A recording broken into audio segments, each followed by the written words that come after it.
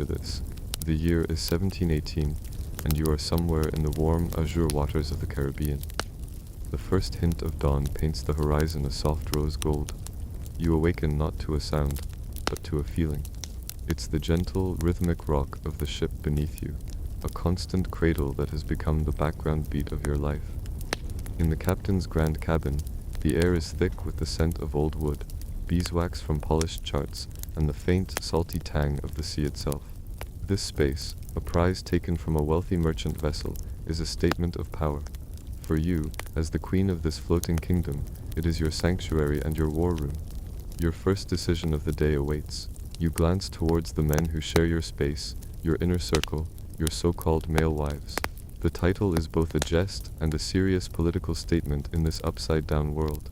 These are not consorts in the traditional sense, they are your most trusted officers. Evidence suggests a pirate captain's authority was performance-based, and you rule by that same creed. So, you must choose your husband of the day. Today, the ship must navigate a treacherous strait, a sliver of water known for its hidden reefs and unpredictable currents. Your choice is clear. You turn to the man hunched over a complex chart, his brow furrowed in concentration. He is your sailing master. In these quiet moments of the morning, you grant him the honor. It's a functional title, a public acknowledgement of the skill your small nation needs most today. It reinforces the meritocracy that keeps you in command. He nods, accepting the responsibility with a gravity that has nothing to do with romance and everything to do with survival. Your survival, and the survival of every soul on this vessel, now rests on his expertise. For a pirate crew, who elected their captain and could depose them for incompetence, this kind of practical leadership was everything. It's how you earned their vote, and it's how you keep it. Now, you prepare to leave the relative comfort of your quarters. The cabin, with its captured finery, is a world away from the reality of the deck. As you ready yourself, the gentle rocking of the ship is a constant reminder of the immense power of the ocean you call home. The creak of the timbers is the ship's morning groan, a sound as familiar to you as your own breathing. You know that the moment you step outside this door, you are no longer just a strategist surrounded by maps. You become the visible symbol of a radical idea, a life of freedom, bought at the price of constant, grinding hardship. Your people are waiting. You step out onto the main deck, and the world changes instantly.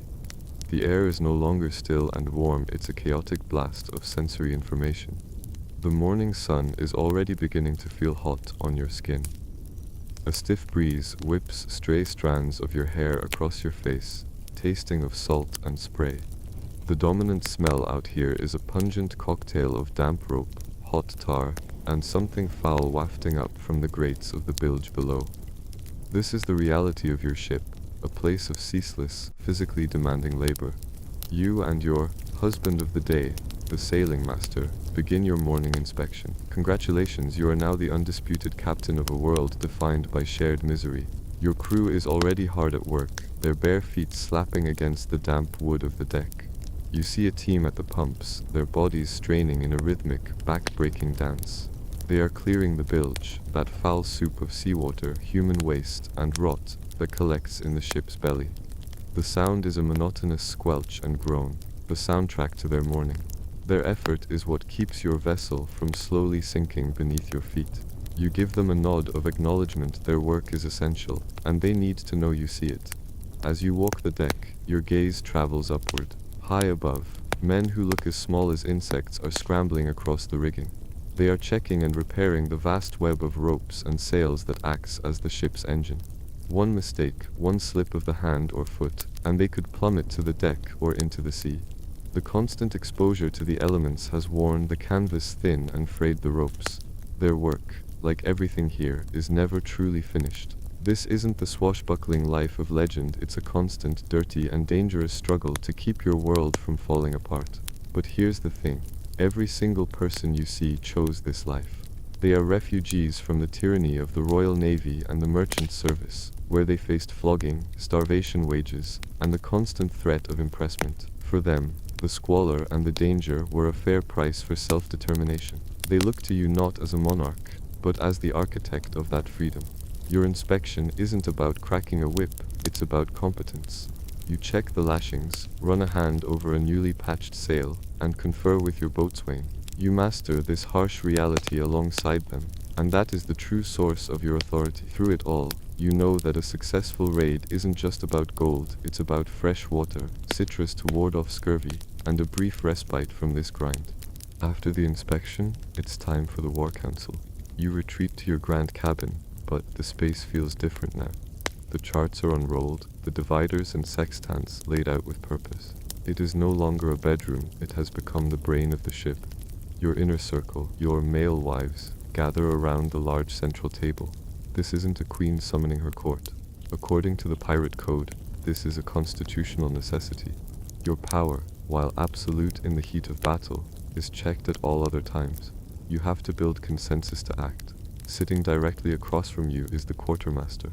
He was elected by the crew, just as you were, and in many ways, he is your equal. He represents the crew's interests, and it is his job to distribute all plunder and provisions. He holds the power to veto your decisions outside of a chase or combat. You look at him, then at your sailing master, your master gunner, and your boatswain, all key husbands in your political family. Their loyalty, earned through your competence, is the very bedrock of your government. The council begins. The sailing master, still your husband of the day, points to a spot on the chart. He speaks of currents, wind patterns, and the patrol schedules of the Spanish Guardia Costas. His expertise is what will get you to your target. Then the quartermaster speaks. His voice is gravelly, direct. He talks of the crew's morale. The hardtack is getting weevily again, he notes, and the water in the casks is turning foul. The men need a victory, not just for the promise of plunder, but for fresh food and clean water. This is the paradox you manage every day, the promise of freedom versus the reality of misery. Your job is to tip that balance, to make the freedom more bearable. Once a consensus is reached, the council is dismissed, and the next phase of the day begins: training and discipline. You are back on deck, and the calm, strategic atmosphere of the cabin is replaced by controlled violence. Today, the master gunner is running a cannon drill. On your command, the gun crews leap into action. The sounds are deafening: the rumble of the great cannons being run out, the sharp crack of the gunpowder igniting, and the roar as the cannonball screams out over the water. The air fills with the acrid, sulfurous smell of burnt powder, a scent you have come to associate with power and survival. Here, during preparations for battle, your authority is absolute. Every sailor moves with a practiced efficiency, their lives depending on their ability to act as one. This brutal, coordinated dance is what makes your ship a predator, and it is a spectacle of your undisputed command. As evening falls, the punishing labor of the day gives way to a fragile period of peace. The setting sun bleeds orange and purple across the sky, and the oppressive heat finally begins to fade. Tonight, there is cause for celebration.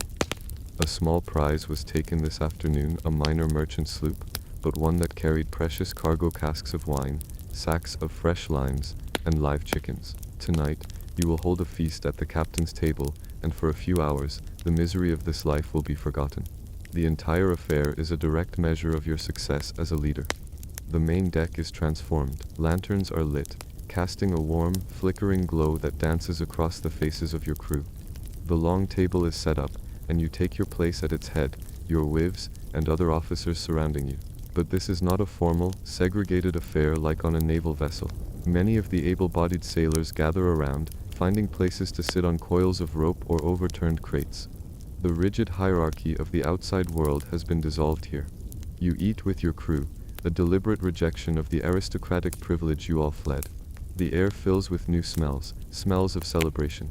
The scent of roasting chicken mingles with the sharp, clean aroma of limes being squeezed into cups of rum. The centerpiece of the feast is a massive bowl of salmagundi. It's a rich, chaotic pirate stew, a dish as diverse as your crew itself. In it, you can taste the salted beef from your own stores, the captured chicken, pickled onions, and spices from a dozen different ports.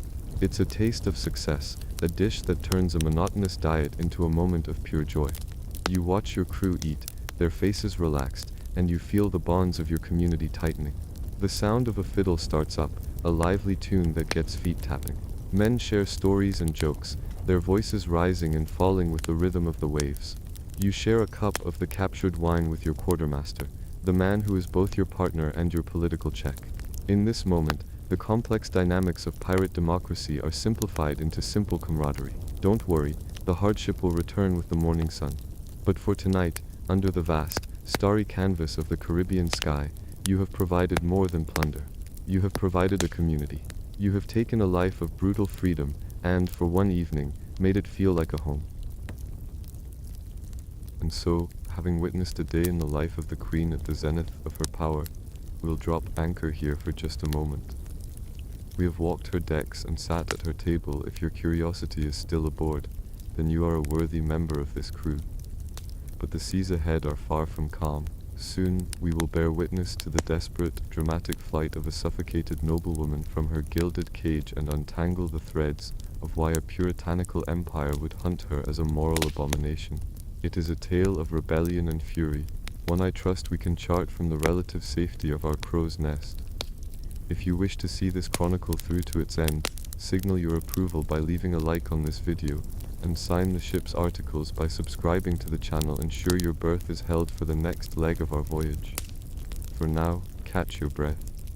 The tide is about to turn, and the next chapter awaits. The year is somewhere in the early 1700s. Your world is one of cold stone manners and meticulously manicured gardens. You wake each morning not to the sun but to the gentle tug of a lady's maid, ready to begin the long, arduous process of dressing you. Your bed is a cloud of goose down and fine linen, but it offers little comfort. The air in your chambers is thick with the scent of lavender water and beeswax polish, a smell designed to mask the damp chill that forever seeps from the castle walls. For you, a noblewoman, this is the height of privilege. It is also a meticulously crafted prison. Your day is a rigid sequence of quiet, respectable activities. You practice needlepoint, your fingers growing numb from the repetitive motion. You take slow, deliberate walks along gravel paths, your every step constrained by a tightly laced whalebone corset. This corset is a constant reminder of your station. It forces your posture into an unnatural, upright position, making deep breaths a luxury you can't afford. It's heavy, unforgiving, and a perfect metaphor for your life. Congratulations, you are a beautiful ornament, designed for display and little else. Your own thoughts and desires are inconvenient accessories that you're taught to hide away, like a book that is deemed inappropriate for a lady's eyes. Now, let's talk about your legal status, or rather, the lack of one. In this era, you live under a legal doctrine known as feme covert. It's a tidy little piece of law that essentially renders you invisible. Before you are married, you are the legal property of your father. Once you wed, that ownership is neatly transferred to your husband. You cannot own property in your own name. You cannot sign a contract. You cannot sue or be sued. You are, for all legal and financial purposes, a ghost who happens to wear very expensive silk. This isn't just a custom, it's the law of the land, and it shapes every single moment of your existence. Your marriage, of course, was not your choice. For women of your class, marriage is a transaction, a business merger between two powerful families. You likely met your husband only a handful of times before the wedding day. He is probably much older than you, his face a roadmap of political battles and business dealings. He looks at you not with affection, but with the cool appraisal of a man calculating the value of his new assets, your dowry and your womb. Your primary duty, as has been explained to you in hushed, serious tones, is to produce a male heir. Your value is tied directly to your fertility. The pressure to fulfill this role is a quiet, constant hum beneath the surface of your polite, silent life. Through it all, you learn to be an expert in silence and observation. From the high, arching window of your sitting room, you can just see a sliver of the distant ocean. You watch the ships, tiny specks on the horizon, moving freely across the endless blue. The wind that rattles your windowpane carries a faint, briny scent, a smell of salt and tar, and a world away from your perfumed prison. That smell represents a kind of freedom you can barely comprehend. It's the scent of a life lived on one's own terms, a concept as foreign to you as the languages spoken in the far-off ports those ships are sailing to. This idea of escape begins as a foolish daydream. But here's the thing about cages, even gilded ones, they make you desperate for the sky. Your escape is not a simple matter of walking out the front door. To leave your husband is a monumental scandal. It requires a special, and very expensive, act of parliament. It means social ruin for your family and a life of shame for you. For a woman of your station, leaving a marriage is a form of social suicide. And yet, the thought takes root. It grows in the quiet moments, nurtured by the rustle of your silk skirts and the suffocating weight of your expected humility. Now, Let's widen the lens for a moment. Your desire to escape a life of suffocating privilege runs strangely parallel to the desperation of the men who will one day become your crew. Imagine you are a common sailor in the British Royal Navy. Your life is also a kind of prison, though one without silk sheets. You are trapped on a floating wooden fortress, often against your will. Naval press gangs roam the port cities, legally permitted to kidnap men and force them into service. This practice is called impressment, and it means your life can be stolen from you at any moment. Your escape from the drawing room finds its echo in their escape from the forecastle. Once aboard, your life is one of back-breaking labor and brutal discipline. You spend your days climbing dizzying heights up icy rigging, the wind threatening to peel you from the ropes. The food is famously awful: hardtack biscuits infested with weevils and salted meat so tough it's practically wood. The pay is pitiful and often months or even years in arrears. For any minor infraction, you face the terror of the cat o' nine tails, a flogging that can maim or kill. Don't worry, there's a certain camaraderie born from shared misery, but the truth is, you are just as much property as the noblewoman in her castle. You are a tool of the crown, disposable and forgotten. Your turn to piracy, when it comes, is a desperate grab for the same things she craves: freedom, dignity, and a life of your own choosing. So, you make your choice. One night, when the moon is a thin, hidden sliver, you finally act. In the deep silence of the manor, you shed your restrictive gowns for the last time. You trade them for a boy's rough spun tunic and breeches stolen from the laundry. The fabric is coarse against your skin, a shocking contrast to the soft silks you've known. You move through the dark, cavernous halls, your soft shoes making no sound on the cold stone. Your heart hammers against your ribs, a frantic drumbeat in the quiet. You carry nothing but a small, heavy pouch of your mother's jewels and a resolve as hard as diamond. The escape itself is a blur of cold night air, the smell of damp earth, and the overwhelming, terrifying thrill of being utterly alone. Welcome to the port city. The sensory assault is immediate and overwhelming. The air is a thick soup of smells: coal smoke, rotting fish, stale beer, and the cloying sweetness of raw sewage. The noise is a constant din of shouting sailors, creaking carts, and the distant clang of a blacksmith's hammer. This is the world your old life was built to protect you from. It's chaotic, filthy, and glorious. For the first time, you are anonymous. You are no one's daughter, no one's wife. You are just another face in the crowd, and the feeling is intoxicating. Your stolen jewels buy you passage, then a small, swift sloop, and finally, the loyalty of a handful of men who see in your eyes the same desperation they feel in their own hearts. Now, we come to a difficult moment. The birth of your new identity requires a baptism of violence. Your first kill is not a clean, heroic duel from a storybook. It happens during your first capture of a small merchant vessel. It's a messy, clumsy, terrifying affair. You feel the unfamiliar weight of the cutlass in your hand. The man you face is not a villain, he's just a sailor, scared and trying to defend his cargo. The clash of steel is jarring, the struggle is graceless, and the final act is brutal. You feel the sickening crunch as your blade finds its mark. The warmth of his blood is a shocking sensation. In that moment, something inside you breaks, and something new and harder is forged in its place. You have crossed a line from which there is no return. It is here that you shed your old name. According to historians, this act of becoming a pirate was a conscious legal rebirth. By signing the ship's articles, the Pirate Code of Conduct, you and your crew formally renounce all allegiance to your former nations and your former lives. For your crew, it's an escape from the tyranny of the Navy. For you, it's an escape from the legal erasure of fine covert. You are nullifying the entire system that defined you as property. You are not the first woman to make this choice. Evidence suggests that others, like the infamous Anne Bonny and Mary Read, walked this path before you. They earned the respect of their crews not through beauty or station, but through their sheer ferocity and courage. They proved that on a pirate ship, you were judged by the strength of your sword arm, not the circumstances of your birth. You now have a ship. You have a crew of hardened men, runaways and outcasts just like you. And you have a new name, one you chose for yourself. But that raises a question. What will they call you? Captain is the obvious choice, but Captain feels like a title from the world you just burned down. It belongs to the Navy, to the merchant fleets, to the very systems of male authority that you and your men have fled. You didn't escape one cage just to build a smaller version of it on the open sea. So, you make a conscious, radical decision. You will not mimic the power structure you abandoned. You will not become a pirate king. To do so would be to simply put on a man's costume and play by his rules. The truth was, your goal was never to become a man. Your goal was to become free as a woman. And so, you declare that you will be their queen.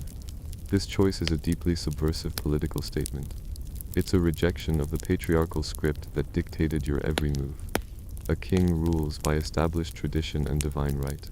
But a pirate queen, she rules by sheer force of will. Somehow, they manage to understand. Your crew, men who have felt the lash of a captain's whip and the heel of a king's boot, are not looking for another master. They see in your choice something they also yearn for: the creation of a new world with new rules. Your authority doesn't come from a crown handed down by your father. It comes from the fact that you, a highborn lady, had the audacity to tear your life down to its foundations and build a new one from the wreckage. They respect the act of rebellion itself. You are not a woman pretending to be a man, you are a woman seizing power on her own terms and inviting them to share in it. In the end, this is the true beginning of your story. You stand on the deck of your own ship, the rough wood steady beneath your feet. The salt spray mists your face, washing away the last lingering sense of perfume and polish. You taste the salt on your lips, a flavor you once only smelled from a distant window. You are no longer Lady Annalise or whatever name was once attached to you like a label on a jar. That woman ceased to exist the moment you stepped out of the manor. You are now the architect of your own destiny. The crown you wear is invisible, forged not of gold or jewels, but of defiance. By now, you've seen how a queen could rise to command a pirate fleet. You understand the world she escaped, and the one she built. But now we arrive at the most sensational part of her story. The part that gets whispered in taverns and embellished in legends: her harem of male wives. Picture this: sometime around the year 1720, you're sitting in a smoky port groghouse. The air is thick with the smell of cheap rum, stale sweat, and damp wood. A grizzled sailor next to you leans in, his voice low, and tells you a wild tale about the pirate queen and the dozens of husbands she keeps. For him, and for many, this was a lurid fantasy, but the truth, as it often is, was far more interesting and revolutionary. To understand what the queen was actually creating, we have to look past the provocative title. In her world, the term male wife was not about subjugation or a collection of lovers. It was about creating a new kind of chosen family. It was an alliance, a council, and a shield against the cruelties of the outside world. This structure was her radical reinterpretation of a real, and quite obscure, pirate tradition. Historians call it matelotage. Imagine you are a French buccaneer in the late 17th century, far from home. Your ship feels like a damp, floating prison, and the constant rocking is the only lullaby you get. Matelotage, from the French word matelote meaning sailor, or more intimately, bunkmate, was your lifeline. It was a formal, recognized union between two men. This wasn't just a handshake deal. In the chaotic society of pirates, matelotage was a binding social contract. Picture yourself on the unsteady deck of a ship, the sun beating down and the scent of tar heavy in the air. You and your chosen partner, your matelote, would stand before the crew and formalize your bond. You would pool all of your possessions, share every piece of plunder, and vow to fight back to back. The critical part of this agreement was inheritance. Each man designated his partner as his sole heir. If you were struck down by a cannonball or a sudden fever, you knew everything you had earned wouldn't just be absorbed by the ship's general fund. It would go to the one person you trusted most. In a life defined by uncertainty, this provided a profound sense of security. Somehow, they managed to build systems of trust in a trustless world. The practice was so respected that some partnerships were even sealed with a written contract, carefully stored in a waterproof pouch. When you think about it, this was a form of mutual insurance, a very practical solution to a dangerous profession. The human impact was immense. It meant you had someone who was legally and socially bound to care for you if you were injured, and to honor your memory if you were killed. It transformed a lonely existence into a shared journey. Now, our queen saw this an institution created by men, for men, and recognized its power. She saw a foundation upon which she could build something entirely new. But here's the thing about these pirate unions. The precise nature of the relationship between matelotes is still debated by historians, and this ambiguity is where the Queen's story finds its most fertile ground. On a cold night watch in the Caribbean, your breath misting in the air, you might wonder about the two men huddled together for warmth. For some, the bond was purely pragmatic. It was business. For others, however, the evidence suggests something much deeper. They were, in essence, a form of same-sex marriage or a committed domestic partnership, long before such concepts were recognized by the world they left behind.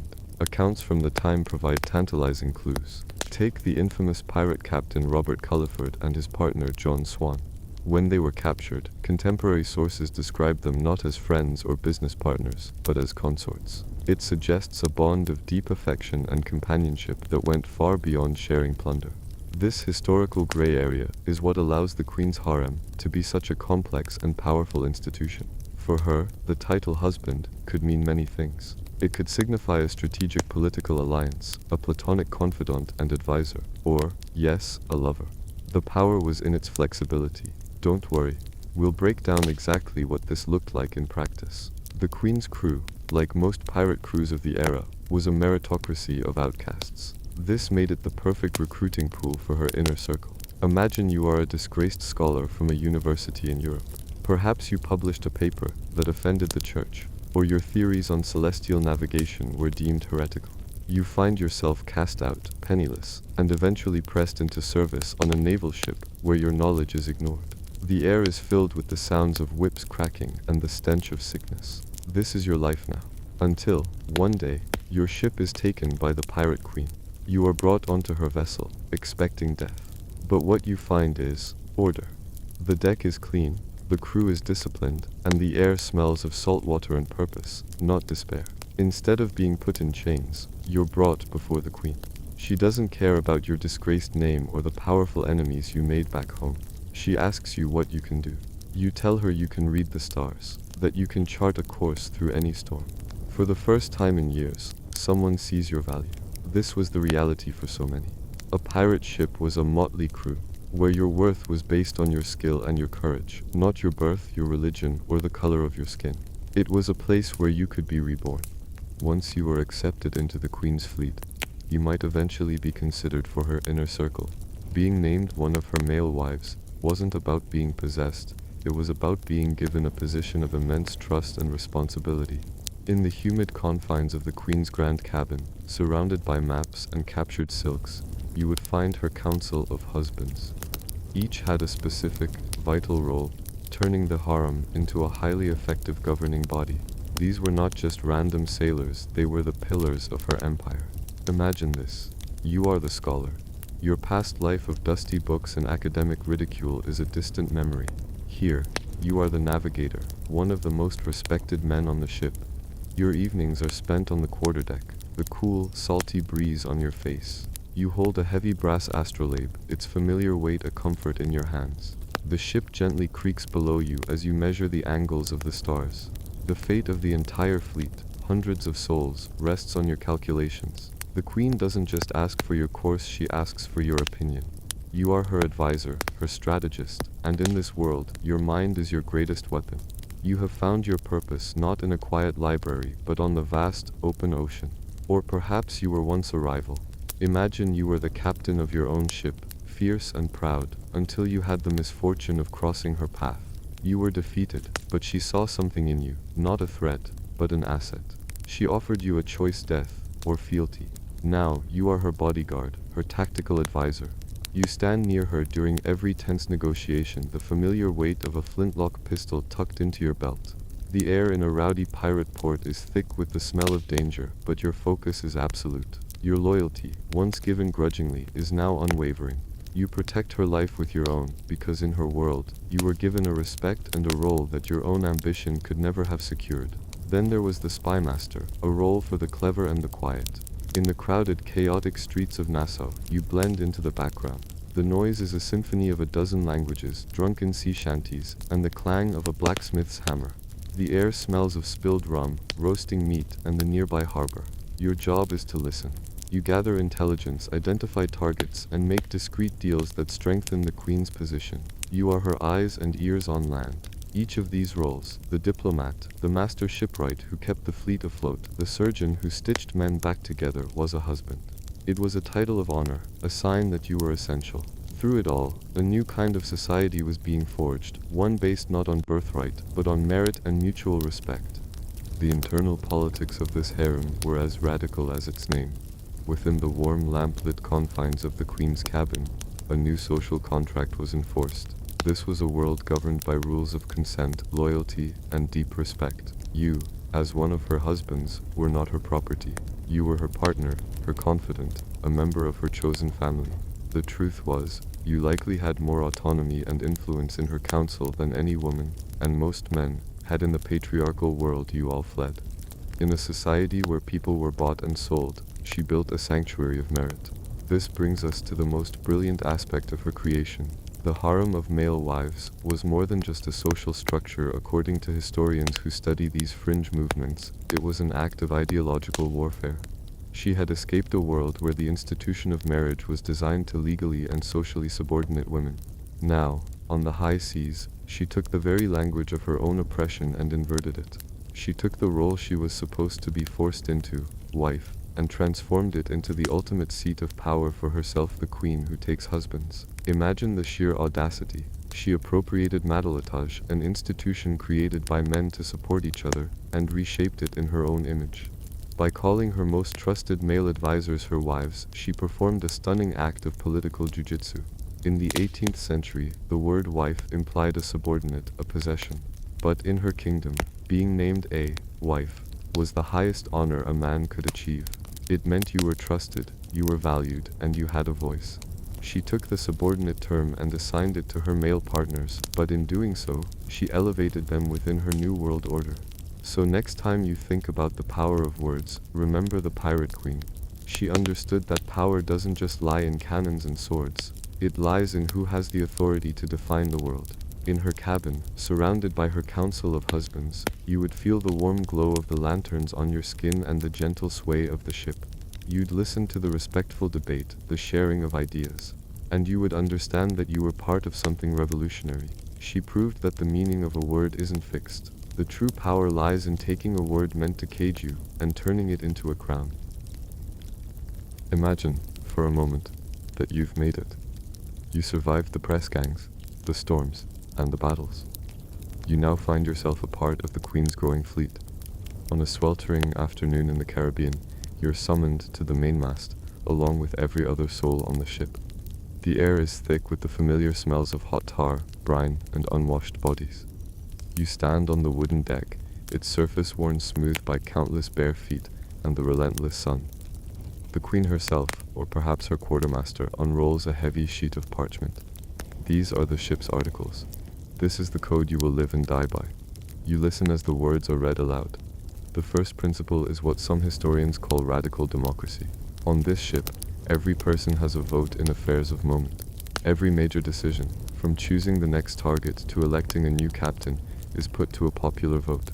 You look around at the faces of your crewmates, hardened and weathered by the sea.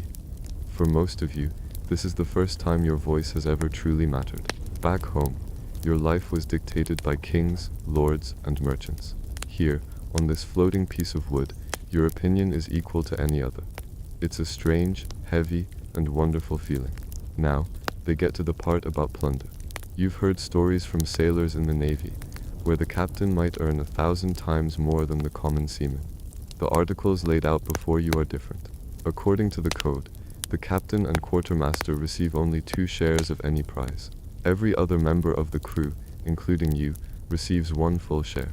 It's a system of economic egalitarianism that would be unthinkable back on land. John Phillips's code from 724 was even flatter, giving the captain just 1.5 shares. For you, this isn't just about money. It's about respect. Your risk is seen, and your contribution is valued in a way it never has been before. Then comes a provision that truly sets this life apart. In the world you left behind, an injury at work meant poverty and ruin. Here, at sea, the articles establish one of the world's first systems of social insurance. The code lists specific payments for injuries sustained in the line of duty. According to the famous articles of Captain Bartholomew Roberts, the loss of a limb is worth 800 pieces of 8, a small fortune. Henry Morgan's earlier Buccaneer Code promised 600 pieces of 8 for a right arm. You feel a knot of lifelong anxiety loosen in your chest. Don't worry, the code seems to say. If you suffer for the crew will provide for you. This isn't the lawless chaos you were told to expect from pirates. This is a new kind of society, with its own sense of justice and order. You are not just a sailor, you are a citizen of a floating republic. With a code like this, it's no surprise that the Queen's fleet becomes a magnet for the lost and the forgotten. Picture this: you are on watch one night, standing at the ship's rail. The only sounds are the gentle creak of the hull and the soft splash of water against its sides. You look across the deck, lit by the gentle, swaying light of a few lanterns. In the dim glow, you see the faces of your new family. They are people from every corner of the Atlantic world. They are a cosmopolitan mix of nationalities, backgrounds, and histories, all seeking refuge under the same flag. The truth was, pirate ships were among the most diverse communities of their time. This was especially true for men of African descent. In the early 18th century, you might find yourself on a ship where a quarter of the crew were former slaves. On this vessel, these men are not property. They are free. They have the right to vote, the right to bear arms, and the right to an equal share of all plunder. For a black man in the 1700s, this level of racial equality was nothing short of revolutionary. It was a freedom unimaginable in the colonies you so recently fled. You see them not as different, but simply as fellow crewmates, their laughter and their complaints mingling with everyone else's. But it wasn't just one group seeking this sanctuary at sea. Among your new brethren are those who fled religious persecution, chased from their homes for praying to the wrong god in the wrong way. Others are running from social ostracism, their reputations ruined by a duel, a debt, or a forbidden love. And then there are people like you, perhaps, who are simply fleeing the rigid roles assigned to you at birth. On the Queen's ships, no one cares what name you were born with, or whether you fit the narrow definitions of man or woman you grew up with. Your past is washed away by the salt spray. Your identity is your own to define. Somehow, they manage to build a community out of these disparate souls. In the quiet of the night watch, you feel a profound sense of peace. The constant rocking of the ship is a comforting rhythm. The air smells of clean salt, a welcome change from the stench of the crowded cities you escaped. For the first time in your life, you are judged not by your birth, your color, your faith, or your gender, but by your loyalty to the crew and your skill with a rope or a sword. This floating world has become a safe haven, a place where outcasts can finally find a sense of belonging. Through it all, you have found a home. A ship can be a sanctuary, but it is not a home. It is always moving, always at the mercy of the wind and the waves. The Queen understands this. Her vision extends beyond a single fleet. She aims to build a true nation for her people. She is searching for a place to create what she calls New Libertania. One day, after weeks at sea, you feel the ship change course. You sail not for a bustling port, but for a series of jagged, unfamiliar coastlines. You navigate through a maze of hidden reefs and narrow channels, a path only a skilled pirate pilot would know. Finally, you glide into a placid, hidden cove. Congratulations, you've just arrived at your new home.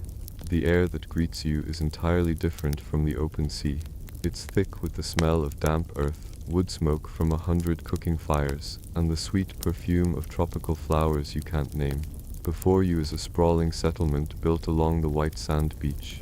It's a chaotic and beautiful collection of tents, driftwood shacks, and even old ship hulls dragged ashore and converted into buildings. It is a testament to pirate ingenuity.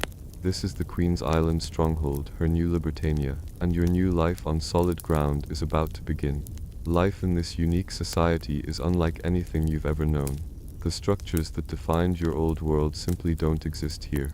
The community is fluid and ever-changing. One day you might find yourself helping a carpenter repair a building, the next you are working the communal gardens or helping to smoke fish with the cooks. Your value is in your willingness to contribute. Here, the strict gender roles of Europe and the colonies have completely dissolved. You see people of all presentations working, leading, and loving freely. No one bats an eye.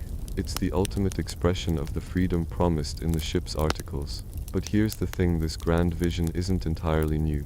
The Queen is a reader, an idealist. Her blueprint comes from a legendary tale found in Captain Charles Johnson's famous 1724 book, A General History of the Pirates.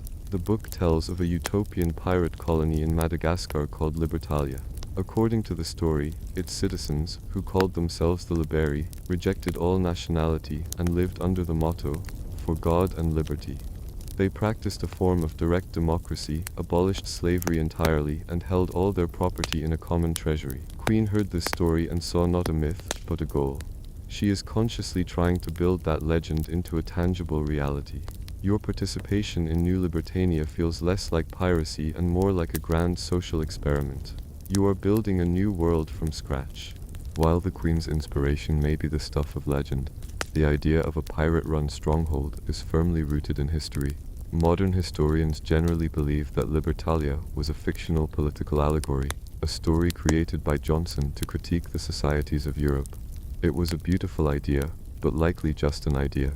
However, that doesn't mean pirates were incapable of creating their own land-based societies. Don't worry, your new home has a real-world precedent. For a few short, glorious years, there was a genuine republic of pirates. Picture this: you are walking not through the hopeful community of New Libertania, but through its historical ancestor. Welcome to Nassau, in the Bahamas, around the year 1715.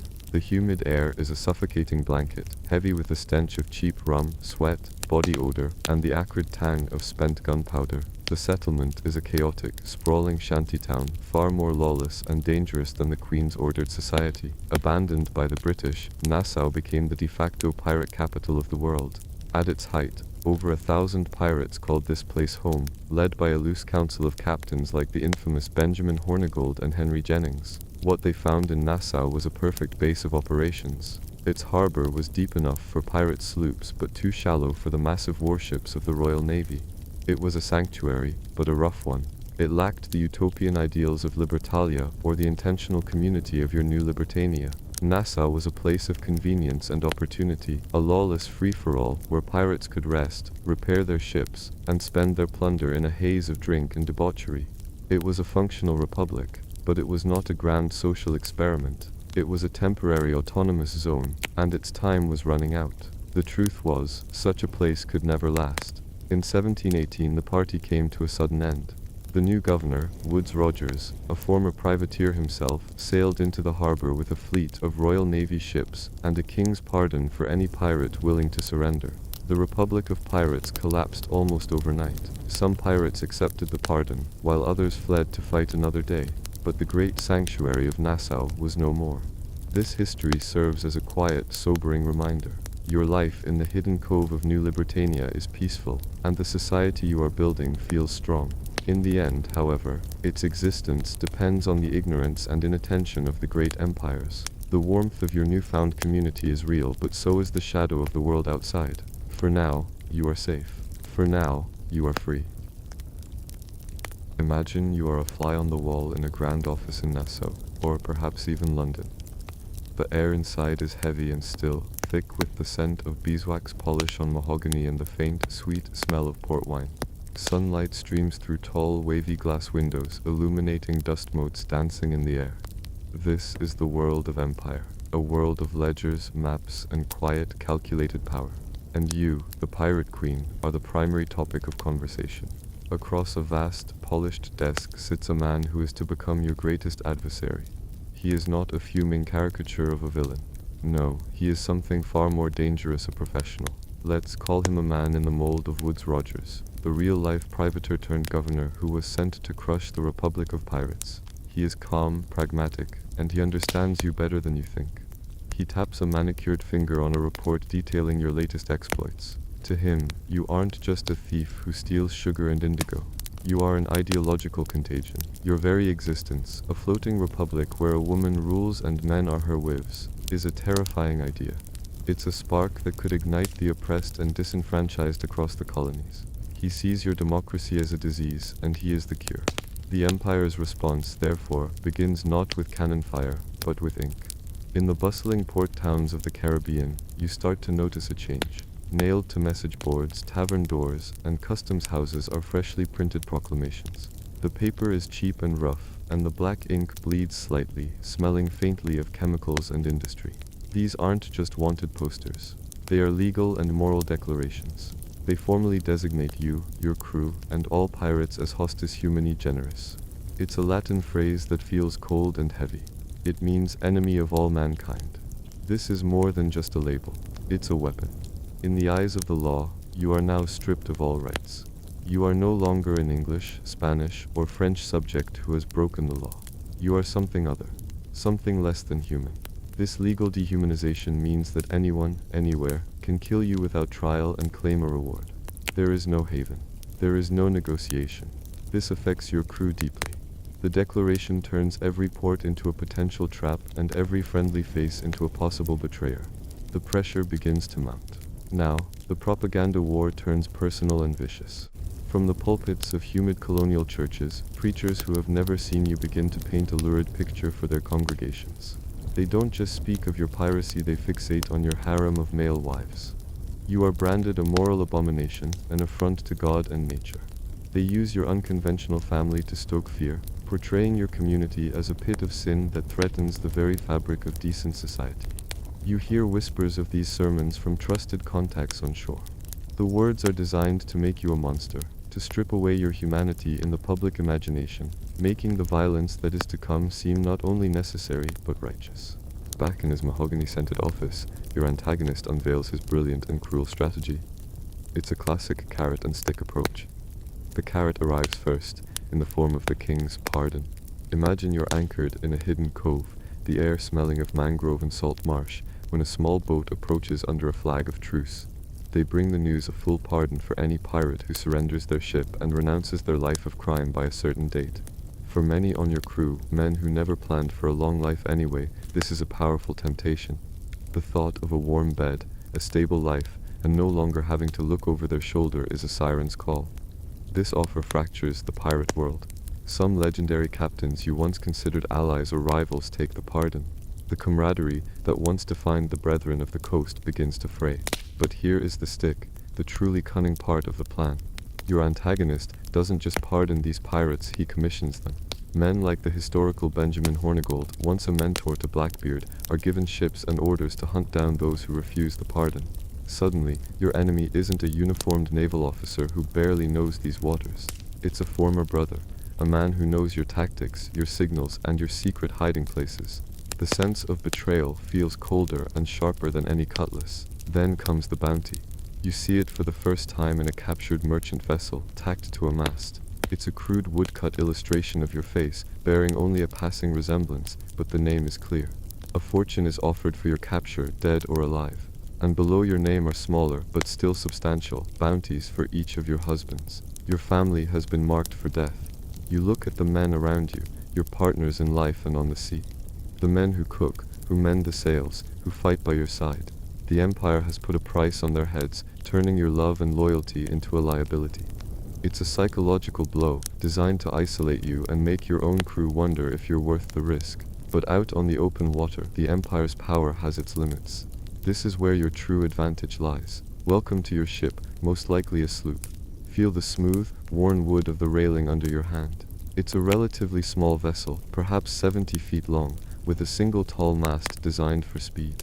Your ship is nimble and has a shallow draft, meaning you can dart across reefs and into coastal inlets where larger ships can't follow. The sloop is overcrewed, packed with 50 to 100 sailors, not to sail the ship, but to serve as a massive boarding party. The air is a constant mix of tar, unwashed bodies, and cooking food. It's cramped, but it's fast.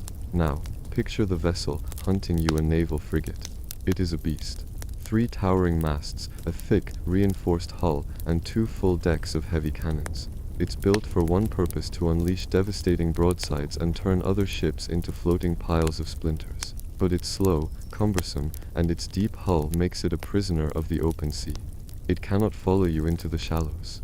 The human impact is clear: you can't win a ranged artillery duel, but they can't catch you in a race. Your entire strategy is built around this asymmetry. You must use speed and knowledge of the terrain to turn their greatest strength, their firepower, into a fatal weakness. The hunt goes on for weeks. You play a desperate game of cat and mouse through the cays and islands of the Caribbean. Finally, the confrontation you've been dreading and preparing for arrives. Your antagonist's lead captain, a man personally tasked with bringing you in, has managed to corner you. Imagine a place like Ocracoke Inlet, a treacherous labyrinth of shifting sandbars and shallow channels off the coast of North Carolina. You've been forced into this maze, with 2 naval sloops, smaller than a frigate but still heavily armed, blocking the only deep water exit. To them, it looks like a perfect trap. To you, it's the killing ground you would have chosen yourself. The moments before the battle are strangely peaceful. The engine of war, the wind, has died down, and the ships drift slowly, waiting. The air is still and humid, and the only sounds are the gentle lapping of water against your hull, the nervous creak of timber, and the distant cry of a gull. You can smell the low tide, the scent of exposed mud and briny seaweed. You look at your crew, at your husbands, their faces tense. You share a drink of water, the taste metallic and stale from the barrel, but it's enough to wet a dry throat. This quiet intimacy before the chaos is what you are all fighting for. Your enemy makes the first move, just as you knew he would. Eager to close the trap, the lead naval sloop tries to follow you into a shallower channel. You know these waters like the back of your hand. He doesn't. You hear it before you see it. A sickening, grinding crunch that echoes across the water. The naval vessel lurches to a halt, its deep hull caught fast on a hidden sandbar. The hunter has just become a stationary target. Your quiet patience has paid off, and now it's time for you to act. You give the order. Your ship, expertly handled by your crew, swings around to present its side. But you don't fire a traditional broadside. Your cannons are loaded with chain shot. This is 2 smaller cannonballs linked by a length of heavy chain. When fired, it spins through the air like a deadly bolus. You can hear its vicious whirring sound as it flies across the gap between ships. It doesn't punch a hole in the hull. It smashes into the enemy's rigging, shredding sails into ribbons and snapping wooden masts and spars like twigs. In seconds, your opponent's vessel is crippled, unable to maneuver or escape. Now, you close the distance. Your smaller swivel guns, mounted on the ship's railings, are brought to bear. They aren't loaded with solid shot, they're packed with grape shot. Imagine a tin can filled with dozens of musket balls. When fired, it turns the cannon into a massive shotgun. It's an anti-personnel weapon, designed to sweep the enemy deck clear of sailors. The effect is brutal and horrifyingly effective, and it breaks the command structure of the naval crew. Through the smoke and chaos, you see your opening. The enemy is disabled and disorganized. With a roar that comes from deep in your belly, you give the command to board. You are the first one across, leaping from your railing onto the enemy deck. The world dissolves into a blur of smoke, noise, and frantic motion. Your feet land on a deck slick with blood and littered with splinters. The air is acrid with the smell of gunpowder. The sounds are a cacophony, the clang of cutlass on steel, the splintering of wood, the screams of the wounded. Your crew, your family, pours over the side behind you, a wave of determined fighters who know that hesitation means death. For a moment, you have the upper hand. The naval sailors, shocked and decimated by your tactics, fall back in disarray. But this is no ordinary captain you face. He is a student of pirate tactics, and he has learned from the past. Just as you press your advantage, you hear a whistle shriek from the enemy captain. It's a signal. Hatches you hadn't noticed fly open, and a fresh wave of sailors, who had been hidden below deck, swarm up into the fight. It's a trap, a brutal counter-ambush, reminiscent of the one that finally caught Blackbeard. The tide of the battle turns in an instant. Your boarding party is suddenly outnumbered, caught between the survivors on deck and the fresh reserves. In the swirling, vicious chaos of the melee, you are separated from your husbands. You parry a thrust from a marine's bayonet, shove him back, and glance around trying to restore order. And that's when you see it. Across the deck, you see one of your own, one of your most beloved partners, cornered by 3 soldiers. He fights valiantly, but he is overwhelmed. His sword is knocked from his hand, and he is brutally subdued, bound in ropes. For one terrible second, your eyes lock across the crowded, bloody deck. You see the shock and fear in his face before he is dragged below. The fight is no longer about a ship or a prize, it has become unbearably personal. Somehow, through a surge of desperate, adrenaline-fueled fury, your crew manages to push the naval forces back just enough to create an opening. You scream the order to disengage. It feels like a defeat, a retreat, but you know you cannot win, and you cannot risk being captured. You fight your way back to your own ship, pulling the wounded with you. Your battered sloop limps away from the battle, its sails in tatters, leaving the crippled naval vessel behind. You have survived, and technically you have won the engagement, but the victory tastes like ash in your mouth. Later that night, anchored in a hidden, moonless cove, the chaos of battle fades. It's replaced by a profound and heavy quiet, punctuated only by the soft groans of the wounded. The ship smells of blood, sweat, and despair. The ideological fight for a pirate republic, for a different way of life, seems a distant concern now. The Empire has found your weakness. They didn't sink your ship, they attacked your heart. But as you stare into the dark water, a new feeling begins to crystallize, pushing aside the grief and fear. It is a cold, hard resolve. Don't worry, this isn't the end of your story. The Empire thought they could break you by taking one of your own. The truth was, they had only succeeded in making you more dangerous than ever before. This was no longer a war for freedom. It was a rescue mission.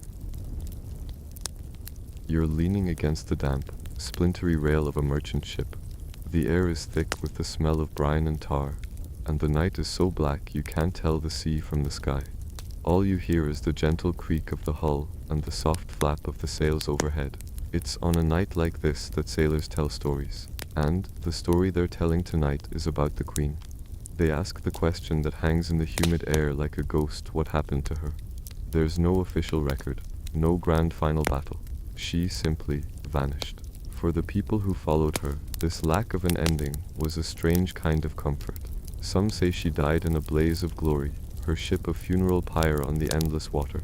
You can almost imagine it. The flash of cannons lighting up the night, the smell of gunpowder mixing with the salty spray. Your ears would ring with the clash of steel and the roar of defiance. A heroic end, certainly, but one that would have pleased her enemies. They would have had a body, a trophy to display, a story to close. But that wasn't her style. Her life was about controlling her own narrative, and her death, it seems, was no different. For the people she led, the idea of her falling to the Empire was the one thing they couldn't bear. Then there are the more hopeful whispers, the ones you hear in the back rooms of taverns, over cups of cheap, watered-down rum. In these stories, the Queen faked her death. She gathered her chosen family, her harem of husbands, and her loyal crew. They scuttled her fearsome ship and slipped away on a smaller, faster vessel. You can picture them landing on some uncharted island, the warm sand feeling strange under your feet after years at sea. The air smells of tropical flowers and roasting fish. Here, they built a new life, a quiet kingdom of their own, far from the reach of empires and kings. It's a peaceful thought, a retirement they all deserved. But perhaps the most powerful story is the simplest one. In this version, she didn't die and she didn't retire. She just kept sailing. Imagine you are on her deck for that final voyage. The sun is warm on your face, and a steady wind fills the sails. The crew moves with a familiar, easy rhythm, their laughter carried on the breeze. There's no grand destination, no final plan. The horizon is just a shimmering line ahead. She simply sailed over it, beyond the maps and the grasp of her enemies. She became a story, a legend, a symbol that could never be captured or killed. This ambiguity is her greatest treasure. A pirate's final act is often about preserving their legend. Take the infamous Bartholomew and Black, Bart Roberts. When he was killed in battle in 1722, his crew did something remarkable. Following his final wish, they immediately weighted his body and cast it into the sea. You can feel the solemn quiet that must have fallen over the deck, broken only by the splash. His enemies were denied their victory. They couldn't parade his corpse through the streets as a warning. By sinking into the depths, Black Bart secured his story. It's an act of final defiance, ensuring you're remembered on your own terms. And don't worry, this sort of vanishing act has precedent. Consider Anne Bonny, one of history's most famous female pirates. After her capture, she was sentenced to hang. But she was pregnant, and so received a stay of execution. And then, nothing. She disappears from every official record. You can search through dusty archives, the brittle paper smelling of age, but her name is gone. Did her wealthy father ransom her? Did she die in prison? Or did she somehow escape and live out her life in quiet obscurity? The uncertainty is what keeps her story alive. It allows you to imagine any number of futures for her.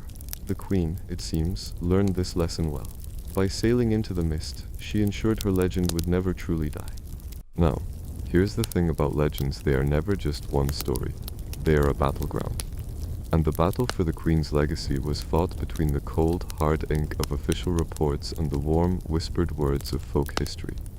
In the years after her disappearance, you would have encountered two very different versions of the woman you knew. One was a monster, the other a messiah. And the version you heard depended entirely on who was telling the tale. It was a conflict between history as a tool of the state and folklore as an act of resistance.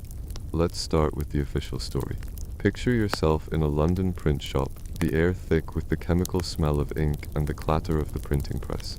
You pick up a popular new book, something like Captain Charles Johnson's A General History of the Pirates. This book, a real bestseller in its day, was a complicated thing.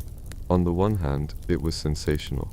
It painted pirates as romantic, daring figures to sell copies. But underneath, it was pure propaganda. It was designed to show you that a pirate's life, however thrilling, always ended badly. It was a warning from the establishment. In the pages of books like these, and in the official trial records you might find in a dusty courthouse, the Queen is a villain. She is unnatural, a perversion of the proper order. They describe her as a bloodthirsty demon, her ship a floating den of sin. They twist her harem of husbands into a collection of bewitched, unwilling captives. Her revolutionary community is painted as a chaotic mess of criminals. If you only had these records, you'd believe she was a monster. You would feel a cold dread reading about her supposed atrocities. This was the story the Empire needed you to believe. It reinforced their power and justified their violence against people like her. But then, you leave the city. You find yourself on the docks of a distant port, the air tasting of salt and foreign spices. You step into a crowded tavern where sailors are gathered, the low-ceilinged room filled with pipe smoke and the low murmur of stories. Here, the truth was something else entirely. These were the men and women who had seen the Empire's cruelty firsthand. To them, the Queen was no monster. She was a symbol of freedom.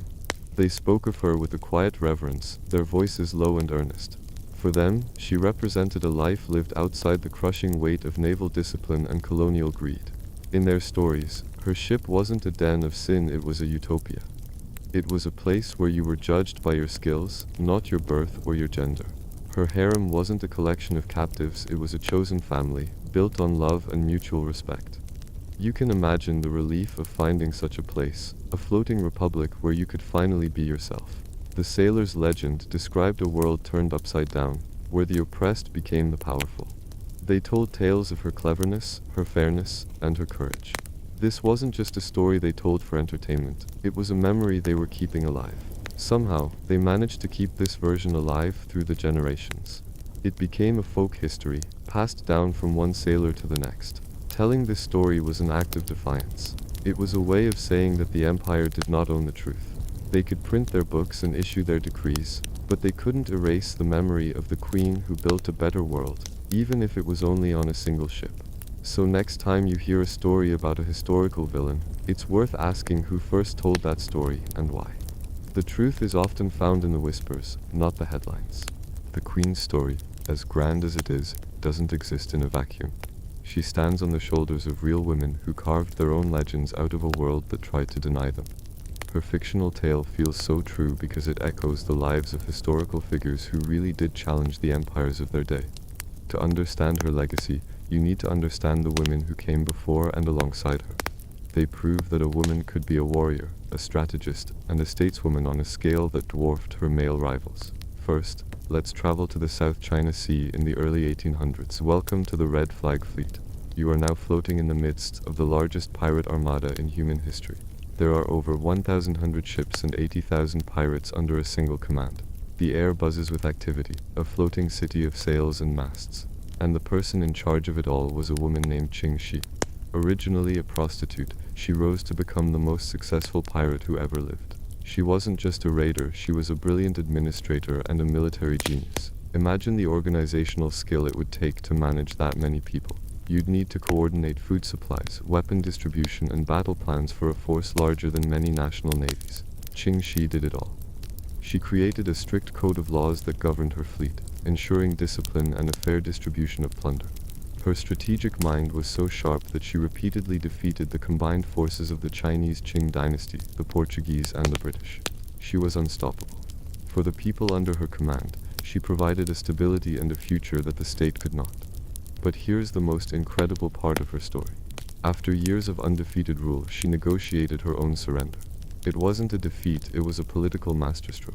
You can picture her walking into the Governor General's office, not as a criminal, but as a diplomat. She negotiated a universal amnesty for every single one of her thousands of pirates. They were all allowed to retire peacefully and, crucially, to keep all the wealth they had accumulated. Qingxi herself lived out the rest of her life as a successful and respected businesswoman. She proves that a pirate queen could win not just the battles but the entire war on her own terms. Now, let's sail back to the Caribbean, to the heart of the golden age of piracy around 1720. Here, you'll find two other figures who became enduring symbols of defiance: Anne Bonny and Mary Read. Imagine you're on the crew of Calico Jack Rackham's ship. Life is hard, the food is bad, and the work is dangerous. But among the crew are two fighters who command everyone's respect. They are Anne and Mary. They lived, fought, drank, and swore just like the men. In the heat of battle, you would be glad to have them by your side, their skill with a pistol and cutlass unquestionable. Their story is fascinating because of how thoroughly they rejected the roles society assigned them. They dressed as men, not just for disguise, but for practicality and, it seems, for comfort. Evidence from their own time, and the interpretations of many historians since, points to strong queer undertones in their story, particularly in their intense bond with each other. They defied gender norms in a way that was almost unthinkable. When their ship was finally captured, the story goes that only Anne, Mary, and one other man stood and fought while the rest of the crew was too drunk to resist. They were living proof that courage had no gender. Their legacy reminds you that the Queen's gender bending and creation of a chosen family was not pure fantasy, but a reflection of a real, if rare, pirate reality. In the end, a pirate's greatest treasure is not their gold, but their story. The final fate of our Queen matters less than the battle for her legacy. That battle was fought in print shops, in government offices, in crowded taverns, and in the quiet memories of outcasts. The survival of her true story, the one about a queer, utopian republic on the high seas, is her most enduring act of rebellion. It's a testament to the power of creating your own identity, your own family, and your own kingdom, especially when the world tells you that you can't. The legends that survive are almost always forged in conflict. Think about the different forces at play. You have the state, the empires, which need to maintain order. They create legends of inhuman villains to frighten their citizens into compliance. You can almost feel the cold, official purpose behind these tales. They want you to see pirates as nothing more than chaotic monsters that must be destroyed for the good of civilization. The story they tell is one where the only possible ending is a rope at the end of a hangman's noose. It's a simple, brutal narrative designed to keep you in your place. Then you have commercial interests, the publishers and playwrights. They aren't necessarily trying to uphold the state, but they are trying to sell you something. Picture them in their studies, trying to craft the most exciting tale. They create legends of romantic anti-heroes. Your heart is meant to race as you read about their daring escapades and tragic loves. These stories are thrilling, but they often sand down the rough edges of reality. They make the pirate's life seem like a grand adventure, glossing over the grime, the disease, and the constant, gnawing uncertainty. Through it all, they usually make sure the pirate gets their comeuppance, reinforcing the idea that such a life is ultimately unsustainable. But then there's a third force, and it might be the most powerful of all. It's the popular memory of the common people. For the sailor pressed into brutal naval service, or the farmer losing their land to a distant landlord, pirates looked very different. Imagine yourself in their position. The world is built on a system that seems designed to crush you. And then you hear a story about someone who just said no. Someone who escaped that system and built their own. For you, the pirate becomes a symbol of rebellion, a folk hero. This is the space where our Queen's true legend survives. Telling her story, the one whispered on docks and in hushed corners, is not just recounting history. It is an act of political resistance. It's a way of preserving a memory that the powerful tried to erase. When you remember her chosen family, her harem of male wives, you are pushing back against a history that has tried to erase queer lives. When you remember her ship as a republic of equals, you are keeping alive the idea that a better, fairer world is possible. The legend becomes a folk memory, a quiet and persistent challenge to the official record. So, the next time you look out at the ocean, or read about the grand figures of the past, remember the stories that weren't written down in the official histories. Remember the queen who kept a harem of male wives, not for the battles she fought, but for the world she built. Her final act was not a battle, but the creation of a legend. A legend that says you can define your own gender, choose your own family, and build your own kingdom. And by remembering and retelling that story, you ensure that the queen, and the hope she represented sails on forever, just beyond the horizon. And so, the wake of her fleet fades into the mists of legend. The cannons fall silent, and the last sea shanty becomes a whisper on the wind, leaving only the profound peace of a calm, moonlit sea. We've seen how a woman cast out by one world could build another, a floating kingdom defined not by crowns and jewels, but by courage and a chosen family. As you begin to drift, perhaps you can still feel the gentle sway of her flagship, anchored in a secret cove, a sanctuary built against the tide of the old world. Thank you for sailing these dangerous and extraordinary waters with us tonight. It's a comforting thought to know we've stood watch together, bearing witness to a legend the empires tried to erase. The voyage is over, and the story of the Pirate Queen is ready to be logged and sealed. But a chart is not complete without the mark of those who traveled its path. Consider alike your personal mark on this nautical chart, an X that says, "I was here. I know this truth." And to subscribe to the channel, that is to commission your own spyglass, ensuring you can spot my flag on the horizon the moment a new tale is ready to be told. It is the only way to guarantee that no lost legend or hidden history ever slips past your watch. For now, let the sound of my voice become a distant tide. The logbook is closed for the night. The Queen's fleet is safe in harbor, her battles have been won. There is nothing more to navigate, nothing more to fight for. Just allow the steady, peaceful rhythm of the ocean to carry you into a deep and restful sleep. Her story will be here, anchored in memory, when you return. Good night.